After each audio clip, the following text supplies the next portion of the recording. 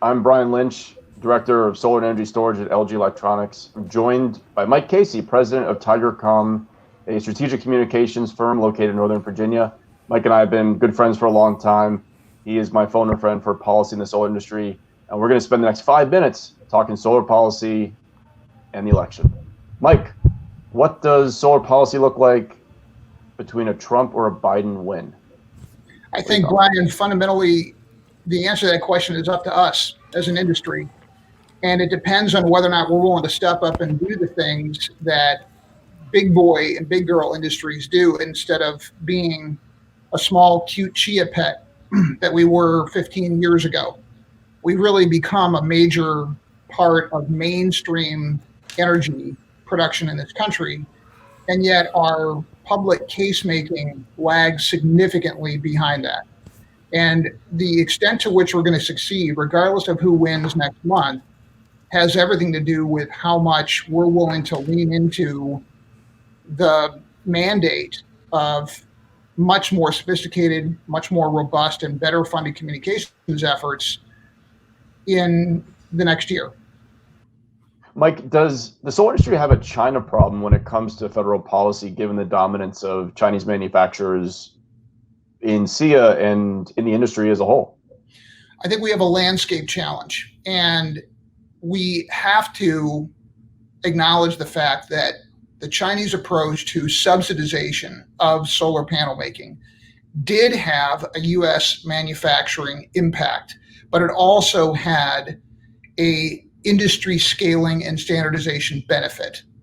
The question now is, are we as a community of manufacturers going to continue to exacerbate a commoditization challenge that many of us are complaining about, or are we going to lean into the strategies that have been proven to break individual players within a commoditized industry out of commoditization pressure? And that's really whether or not you have a Trump presidency or a Biden presidency. It doesn't really much matter. Tariffs under Biden or Trump, do they go away? Do they decrease? What happens with the tariff landscape post-election? Boy, trade policies and politics are probably above our pay grade and the pay grade of pretty much anyone listening here. But I think that whether you're being tariffed or not, the need for stronger public case making is there. There's just no way around that. So whether you are having to solve for a tariff or solve for the absence of a tariff, the requisites of success are heavily shared. Right now, we're recording this. We're talking first week of October. The market seems to be pricing in a Biden win, and renewable energy stocks across the board are up significantly since really after the first debate. Is this the market saying that Biden is better for renewable energy? What do we do if Trump wins? Well, we should do the same things that we would do under a Biden presidency. And I would almost assert that we have in solar a commercial success inevitability. What we have in question is a scaling speed. And that is really what is up to us. And my concern is Biden wins. Many in solar who see him as a real leader and a value add to our industry put their feet up a little bit. We can go back to quote unquote normal, but we're not in a normal. We're in a new, much more robust solar age, and we have got to catch our public case making up to the reality of our size and our physical presence around the country. If you overlay the map of where solar employs people and generates economic activity and generates tax base, and you then take that map and put it over the map of our enthusiastic federal representation, there are a lot of gaps.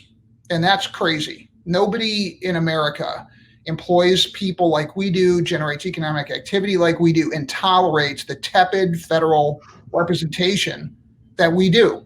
And that is a clarion call, regardless of who wins, to step up our game.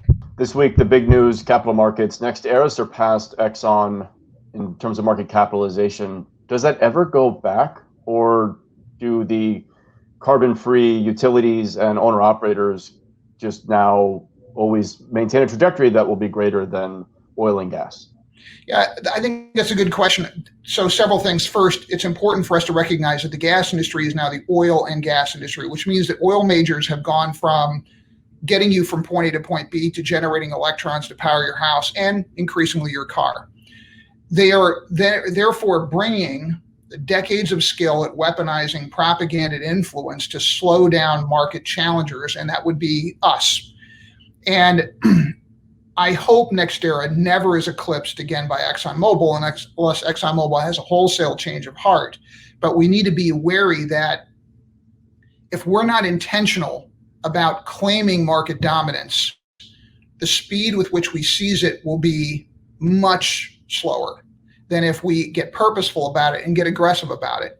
I mean, the climatological imperative here, it grows all the more dire with every passing month. Like, we just don't have time to screw around with these oil and gas guys. They need to change, as Total and BP and Shell are considering, or we're going to let the Aramcos and the Chevrons and the ExxonMobils, we're going to sell the last drop of oil, pull out a planet Earth strategy. We need to make sure that goes in the dustbin as fast as possible. Speaking of fast as possible, last question. 2020 has been a crazy year. No one expected it to go this way.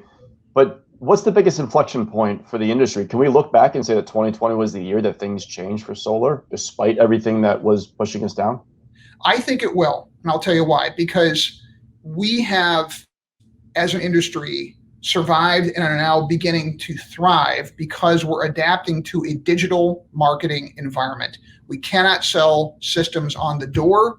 We have to sell them on Zoom and on Facebook. And if we can continue to get better at that, then we're going to adapt to the new information consumption environment that will be birthed by the COVID era. Even if you had a successful vaccine tomorrow, people are still going to consume and relate to information in fundamentally different ways because of this pandemic and the recession. That's a wrap. Mike, thanks for joining.